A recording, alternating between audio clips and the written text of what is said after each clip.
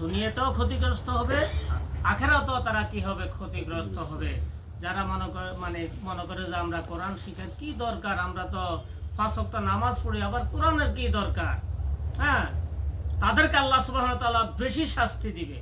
কারণ তোমার সুযোগ আছে, দেশে পারো নাই, দেশে তোমার বিভিন্ন ব্যস্ততার কারণে, বাল্যকালে অবহেলার কারণে শিখতে পারো নাই, যা পড়ছো, যারা মাদ্রাসা মনে করে যে যারা মাদ্রাসা লেখাপড়া করছে তারা না কোরআন পড়বে, মসজিদের ইমামরা কোরআন পড়বে, আমরা আগে নাকি তাদের পিছনে নামাজ পড়তেছি, আমরা তো এত কোরআন পড়ার দরকার নাই। আর দেশের পরে আমরা এসেছি বিদেশে, আমরা মনে করি যে আমরা এসেছি কি জন্য, রুটি রোজগারের জন্য। আমরা কেন আমরা কোরআন পড়ার দরকার আছে? মসজিদে যে ইমামের পিছনে নামাজ পড়তেছে, মোল্লারা মাঝে মধ্যে ডাকে, এখানে আমরা ওয়াজ মাহফিল শুনি। তাই আল্লাহ সুবহানাহু ওয়া তাআলা বলেন কি, তারা কি হবে, ক্ষতিগ্রস্ত হবে, দুনিয়াতেও তারা ক্ষতিগ্রস্ত হবে। পরবর্তী আয়াতে যারা আপনার এই কোরআন পড়বে না, বুঝবে না, কোরআনকে অবহেলা করবে, কোরআন একজিল আপনার রাখছে ঘরের ভিতরে একজিল কোরআন যদি গ্যালারির ভিতরে রাখে, তাহলে কি হবে, জিন ভূত আসবে না। অধিকাংশ মানুষ এই নিয়ত করে রাখে, রাখে না, নিয়ত করে রাখে। আবার মাঝে মাঝে কোরআনকে বের করে ধুলাবালিও কয় যে কোরআন তো থাকবে কিসের ভিতরে, শোকেসের ভিতরে থাকবে, ধুলাবালু পড়বে না, কোরআন টাচ করা যাবে না। তাই তাদের সম্পর্কে তাদেরকে হুঁশিয়ারি করে আল্লাহ সুবহানাহু ওয়া তাআলা সূরা ফুরকানের 30 নম্বর আয়াতে বলেন, ওয়াকালার রাসূলু ইয়া রাব্বি ইন্না কওমি ইত্তাখাযু হাযাল কুরআনা মাহজুরা। রাসূল সাল্লাল্লাহু আলাইহি সাল্লাম বলবেন, হে আমার রব পালনকর্তা, আমার এই সম্প্রদায় কোরআনকে কলাপ সাব্যস্ত করে রেখেছে। তাই আমি যে বলেছি আপনার, যে কোরআন খালি গ্যালারির ভিতরে রাখলে হবে না।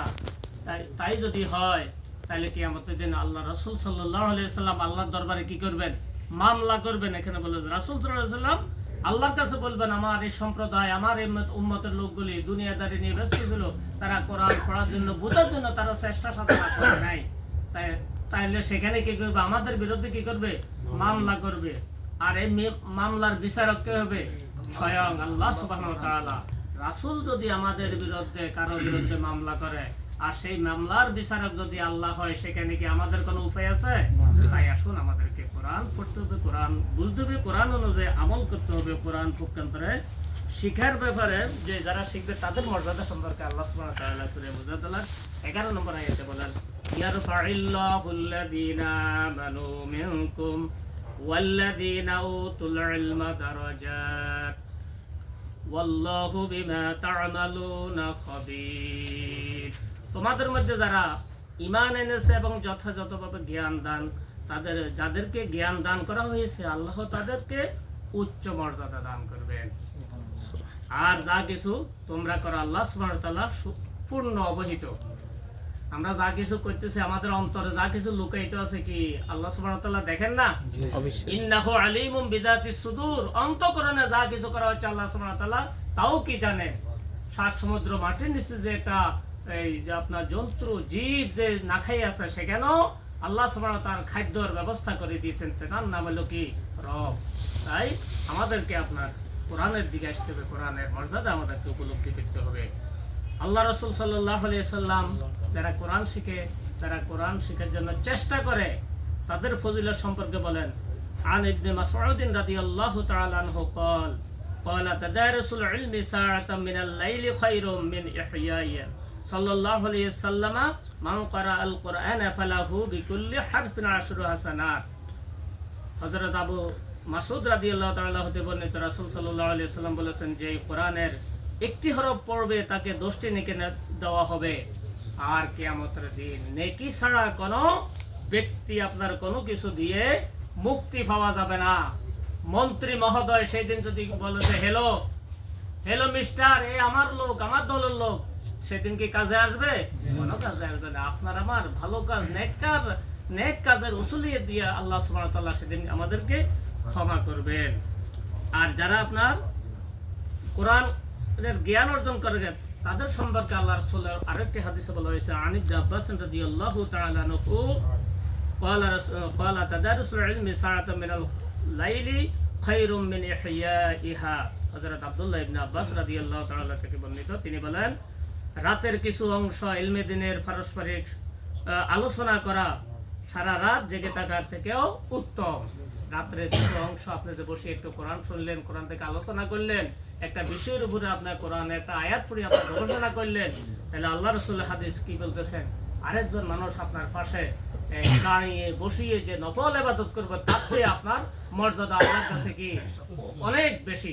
কোন কোন রায়তে এসেছে আপনার এই 60 বছর, আপনার কোন এটা আছে 500 বছর ইবাদত থেকেও আপনার বেশি মর্যাদা তাদেরকে বলেছেন। সম্মানিত উপস্থিতি, আমি আপনাদের সম্মুখে যেহেতু আমাদের সন্তান আবার এশার আজান দিবে, আপনাদের সম্মুখে সূরা তাওবার একটি মাত্র আয়াত পাঠ করেছি, তার অর্থ পেশ করেছি।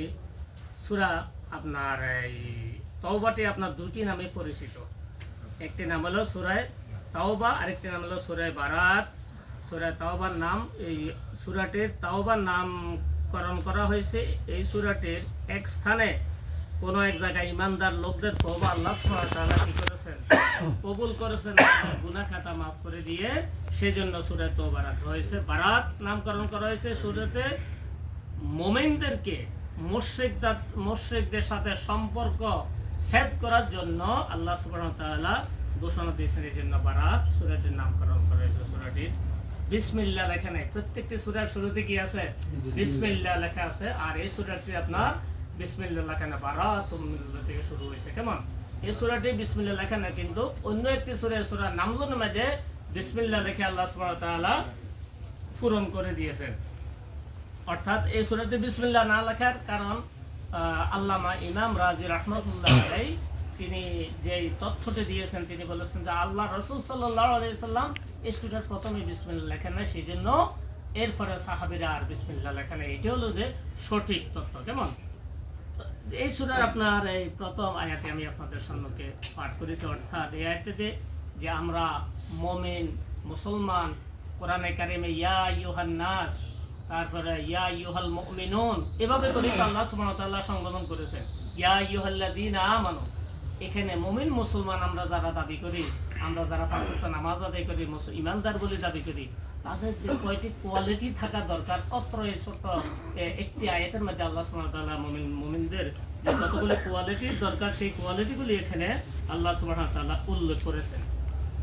প্রথমে তো আল্লাহ সুবহানাহু ওয়া তাআলা বলেছেন আত-তাইবুন, আত-তাইবুন তারা কি হবে, তওবাকারী হবে।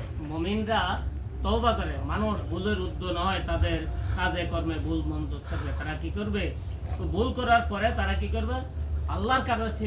তওবা শব্দের অর্থ কি, ফিরে আসা, প্রত্যাবর্তন। আমার গন্তব্যস্থান ঢাকা থেকে রওনা দিয়েছি চট্টগ্রাম যাব, আমার যদি কোনো আমরা রেল ট্রেনটা যদি কোনো সিলেটের থেকে যায়, তাহলে কি আমি গন্তব্যস্থানে পৌঁছতে পারবো না। মুমিনদের গন্তব্যস্থান হলো কি, জান্নাত। মুমিনরা চলে যাচ্ছে ওয়ালা তাত্তাবিউ খুতুওয়াতি শাইতান, শয়তানের দিকে প্রত্যাবর্তন করতেছে। আল্লাহ সুবহানাহু ওয়া তাআলা বলতেছেন ইরজিই ইলা রাব্বিকি রাদিয়াতাম মারদিয়া ফাদখুলি ফি ইবাদি ওয়াদখুলি জান্নাতি।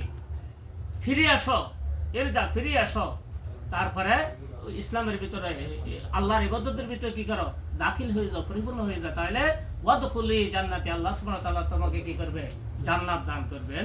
মুমিনরা আপনার ভুল করবে, ভুল করবে, গুনাহ করবে, তারপরে তারা এই ভুল করে তওবা যে ফিরে আসা, ভুল করে তওবার আপনার হিয়াতে সে ভুল যে করেছে সে অনুতপ্ত হবে, আল্লাহ তাআলা আমি ভুল করেছি, অন্যায় করেছি, ভুল আমাকে বারবার ফিরিয়ে আসতে হবে। তাই সেই ভুলের আল্লাহর কাছে কি করতে হবে, স্বীকৃতি দিলে আল্লাহ সুবহানাহু ওয়া তাআলা তাকে তার ভুল আর ক্ষমা করবেন। আবার এই যে ক্ষমা ভুল যে করবেন, আমি যে স্বীকৃতি দিব, অনুতপ্ত হব, আর আমি ওয়াদা করতে হবে কার সাথে, আল্লাহর সাথে ওয়াদা করতে হবে, আমি আর এই ভুল আর করব না, এই ভুল আমি আর যাব না। এরপরে যদি আমি অ্যাক্সিডেন্ট হয়ে যাই, আবার কি করব, আল্লাহর কাছে ফিরিয়ে আসতে হবে আমাদেরকে, অন্য কোনো কারো কাছে না, কোনো আপনার কারো কাছে না। আল্লাহ সুবহানাহু ওয়া তাআলা এই ব্যাপারে বলেন সূরা বাকারার 160 নম্বর আয়াতে বলেন ইল্লাল্লাযীনা তাবু ওয়া আসলাহু ওয়া বায়্যানু ফাউলাইকা আতুবু আলাইহিম ওয়া আনাত তাওয়াবুর রহিম। কিন্তু যারা তওবা করে এবং নিজেদের কর্মনীতি সংশোধন করে নেবে এবং যা গোপনে করেছিল তা প্রকাশ করে, তাদেরকে আমি মাফ করে দিব, প্রকৃতপক্ষে আমি তওবা গ্রহণকারী। আল্লাহ সুবহানাহু ওয়া তাআলা বলতেছেন যারা তওবা করে তারা অনুতপ্ত হয়, এরপরে তারা ফিরে আসে আমার কাছে ক্ষমা চায়, আমি তাদেরকে কি করব? ক্ষমা করে দিব। কারণ আমাদের গুনাহ, আমাদের ভুল যদি কোনো হয়ে থাকে পাহাড় পরিমাণ, আর আল্লাহ সুবহানাহু ওয়া তাআলার রহমত হলো কি আকাশ আরশ আজিম পর্যন্ত, আমরা নিরাশ হব না।